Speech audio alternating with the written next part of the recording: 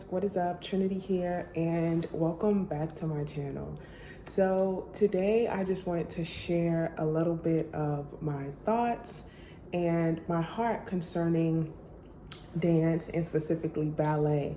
This morning I was just thinking about, and I noticed how much my thoughts and how much my goals, if you will, for ballet have changed. I had one realization in one moment, and then I had to make the decision internally to go along with that, to have courage with that, and to allow that thought process to carry me as I continue training, as I continue to work to get back on stage and all of the things. If you do not know, I have been learning from, taking classes from, being coached by Eric Conrad.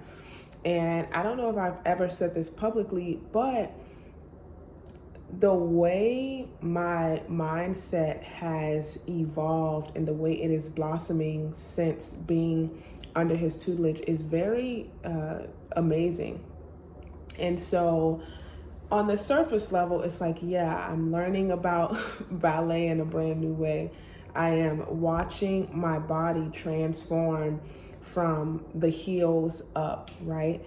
I am engaging physically in these classes, but it has also been a situation where my thoughts, my intellect, my acumen for dance and specifically classical ballet have just skyrocketed. A thought that I had this morning is that flexibility is a really, really huge thing for dancers. I'm pretty flexible, but I've always had goals, aspirations of achieving a certain level of flexibility.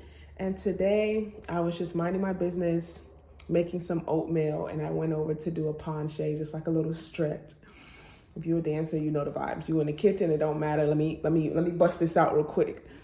And I was thinking to myself, oh, how can I get it like this? How can I get my leg more like this, push back, you know?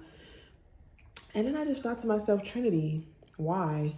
I know that's like hard stop. And then I started to think about the continuity between training and ballet, like when you're at the bar, when you're in the studio, not even rehearsals, training, and then the continuity from that to performance.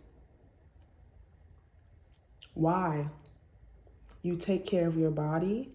You continue to do the things that you know help feed you as an artist. You have a great regimen. You care for your health physically, the things that you intake. And you work the training, you work the coaching. You're seeing results. You see results. Why are you concerned with, let me see if I can get my leg more back in a penché stretch? Now I'm talking about me, but insert your name into this.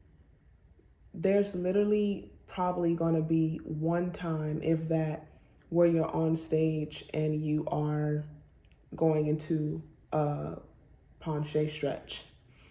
I've actually done it before in college, but then I started to think, well, Trinity, when you're in the throes of performing, people are going to feel the movement. And I'm going to tell you, it's going to be very impactful because you've been growing even more, because you've been developing even more. So what you knew of yourself and the way you performed before you started this brand new coaching, before you started reworking your body, it's like 20 times greater than that.